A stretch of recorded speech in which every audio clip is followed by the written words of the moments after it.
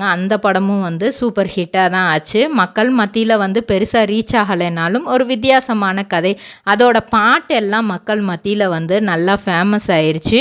அதுக்கப்புறம் வந்து 2015 Romeo Juliet படம் நடித்தாங்க. அதுக்கு முன்னாடி 2010 தில்லாலங்கடி. அது டிஃப்ரெண்ட்டாக அவங்க வந்து ஒரு மென்டல் கேரக்டர் அப்படிங்கிற மாதிரி இல்லாமல் எல்லாத்தையுமே வந்து கிக்குக்காக நான் செய்ய போகிறேன் அப்படிங்கிற மாதிரி செஞ்சுருந்தாங்க. பாதி பேருக்கு அந்த படம் பிடிச்சிருந்துச்சு, பாதி பேருக்கு அந்த படம் பிடிக்கல. அதுக்கப்புறம் ஆதி பகவான் அப்படிங்கிற மூவி டபுள் கேரக்டர்.